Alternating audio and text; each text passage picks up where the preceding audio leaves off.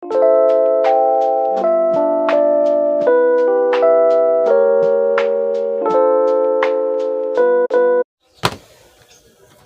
ng marami, ang kalaban nila yung ibang tao. Boss nila, yung kasama nila sa trabaho, sino-sino pa.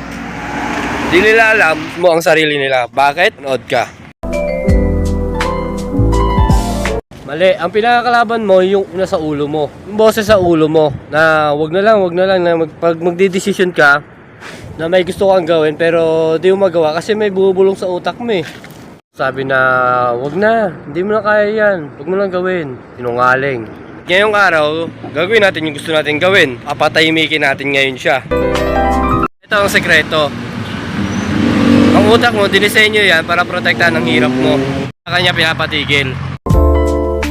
Huwag mong pakinggan yung nararamdaman mo. Pakinggan mo yung kailangan mong gawin. Pag sinabi ng utak mo na ayoko na, diyan ka lalo magpatuloy. Mindset kasi natin, hindi tungkol sa masasayang kaisipan yan. It's about dominating your own excuses. Kung di mo kayang kontrol ng isip mo, ang isip mo kakontrol sa buhay mo. Isang maling pagkakamali yun.